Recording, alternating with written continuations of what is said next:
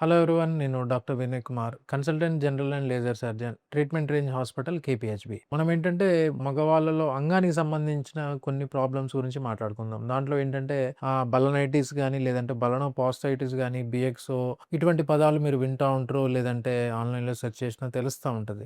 ఏంటి అంటే అంగాన్ ముందు ఉండే చర్మాన్ని వెనక్కి సరిగ్గా అనుకోలేక, లేదంటే క్లీన్ చేసుకోవడము సరిగ్గా లేకపోయినా, అండ్ ఎక్కువగా ఈ ప్రాబ్లమ్స్ బలనైటిస్ లేదంటే బలనోపాస్టైటిస్ డయాబెటిక్ పేషెంట్స్‌లో చూస్తా ఉంటాం. సో, వీళ్ళలో డయాబెటిక్ పేషెంట్స్‌లో ఏమవుతా ఉంటదంటే, యూరిన్ పోసినప్పుడల్లా ఆ చర్మం సరిగ్గా అక్కడ హైజీన్ లేక ఇన్ఫెక్షన్స్ అనేవి స్టార్ట్ అయ్యి, మనకి బలనైటిస్‌లో మనం మేజర్‌గా చూసే సింప్టమ్స్ ఏంటి అంటే, చర్మం పగిలినట్టు అవ్వడం గానీ, లేదంటే ఎర్రగా ర్యాషెస్ రావడం గానీ, చిన్న చిన్న పొక్కులు రావడము, కొంతమందికి చీము రావడము ఎక్కువగా చూస్తా ఉంటాం. అండ్ తరచూ చాలామంది మా దగ్గరకొచ్చే పేషెంట్స్ చెప్పే కంప్లెయింట్ ఏంటంటే, ఇంటర్ కోర్స్ తర్వాత చర్మము పగిలినట్టు అవుతుంది, లేదంటే నొప్పెక్కువొస్తుంది, దురద వస్తుంది. ఈ కంప్లెయింట్స్ అన్ని చెప్తా ఉంటారు. సో, ఇంకోటేంటంటే బలనోపాస్టైటిస్‌లో దీంట్లో గూడా ఏంటంటే, మనకి బలనైటిస్‌లో చూసినట్టు ముందు చర్మం పగిలిపోవడము, లేదంటే ఎర్రగా అవ్వడము, దురదలు రావడము, ర్యాషెస్, కొన్నిసార్లు చీము రావడము, అండ్ లోపట మనకి ఆ బల్బ్ ఉంటది. దాన్ని గ్లాండ్స్ అంటాం.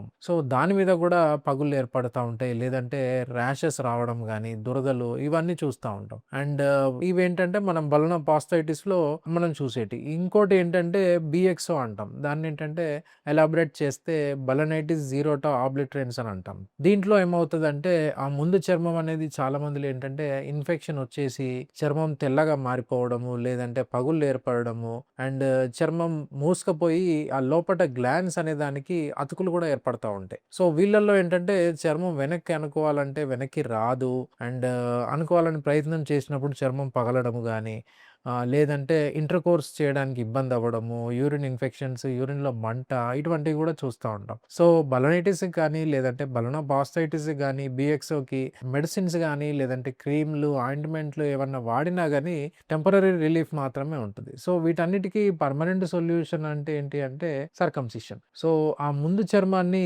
తీసేస్తే ఫర్దర్‌గా ఈ బలనైటిస్ లేదంటే బలనోపాస్టైటిస్ గానీ, బిఎక్సో ప్రాబ్లమ్స్ అనేవి మళ్ళీ రావు.